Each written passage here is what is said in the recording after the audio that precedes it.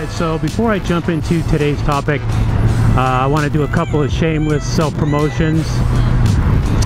First one is, I don't know if you guys know this, but I have a Motoblog now, B-L-O-G, and it's just a place to go check out some information if you're a motovlogger trying to build a channel. There's some useful information there because I do a lot of research and I just share that research with you guys. And I also talk about my ups and downs building my own channel because it is a challenge. Talk about my equipment. There's information on how to reach more people, which is always a struggle, so check that out.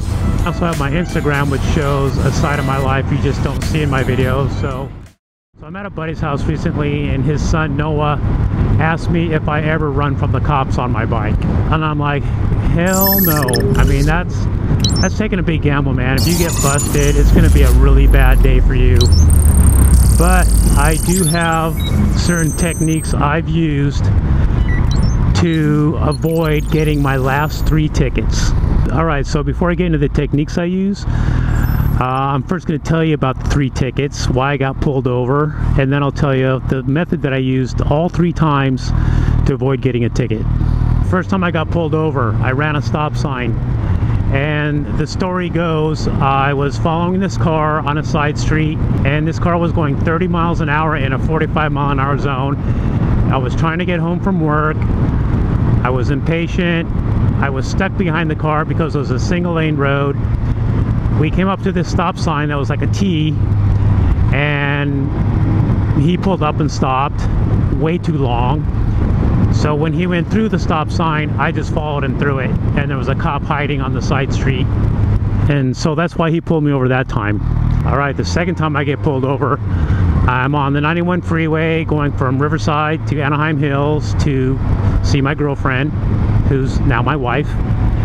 And some guy was screwing with me on the freeway, and he got me all riled up, so I got off one exit early to take like this side street into our neighborhood.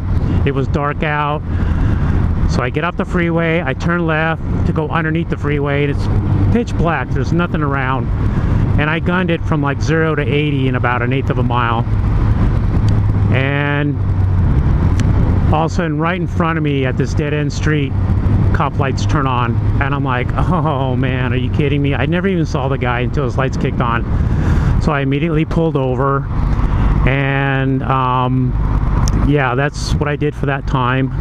So the third time was I was trying to transition from one freeway to another, and I crossed a solid white line, and there just so happened to be a cop sitting there writing somebody a ticket for the same thing, and he literally walks into traffic between the 2 lanes where I was splitting and stopped me and told me to pull over. So that was number 3. Alright, so let me tell you what I did all 3 times to avoid getting a ticket. When a cop throws his lights on you, don't waste no time in pulling over, because here's the deal, man, this cop is already riled up from you breaking the law. So my theory is to get him to calm down as quickly as possible, because if he's calm, he's going to be more generous. So I pull over right away, I open my face shield so he can see my eyes, and I leave my hands on the handlebars after that, and I just sit there and wait. And when he comes up, I greet him, you know, I say, how you doing, sir? You know, I'm calm, I'm cool. I already called him sir, so he already knows I'm respectful.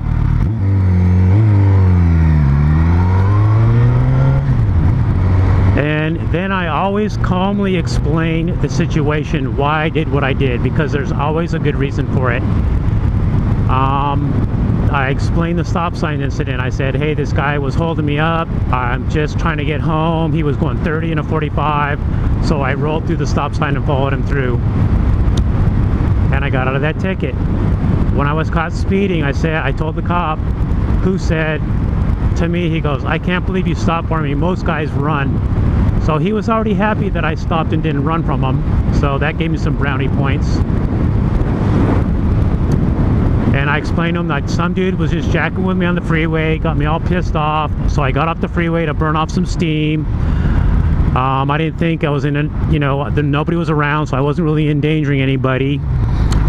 And I just explained why I did it. And he's like, well, you know what, since you didn't run from me, and I like the sound of your story. He goes, I'm just gonna let you off with a warning today. And then the third one, where I crossed the solid white line, I basically just played dumb. I go, you know what, sir, I had no idea I couldn't cross that line. I see people do it all the time. I figured it was kind of the safest way to merge into these two lanes. And it was funny because he was like, well, he goes, really the only reason I pulled you over was because I was already writing somebody up for the same thing when I stopped you, because he had a car sitting there and he's writing him a ticket. He goes, how would it look if I let you do it after I'm sitting there writing this guy a ticket? And he goes, just keep in mind you can't do that, and I'm just gonna let you off with a warning. The funny thing is too, right when he finished letting me go, a Porsche Turbo went flying by at about 120, and I turned around and the cop car was parked behind me, and I turn around, I go like, aren't you gonna go chase that guy? And he gets on his loudspeaker, he goes, I'll never catch him. And he let the guy go, and I was like, that guy got freaking lucky. So that's it, man. I just treat him with respect.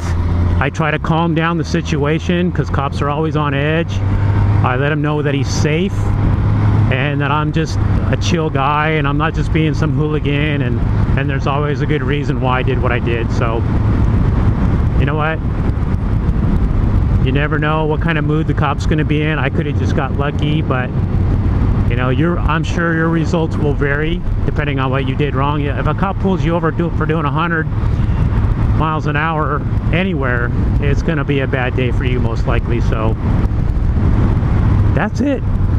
Ride safe, guys.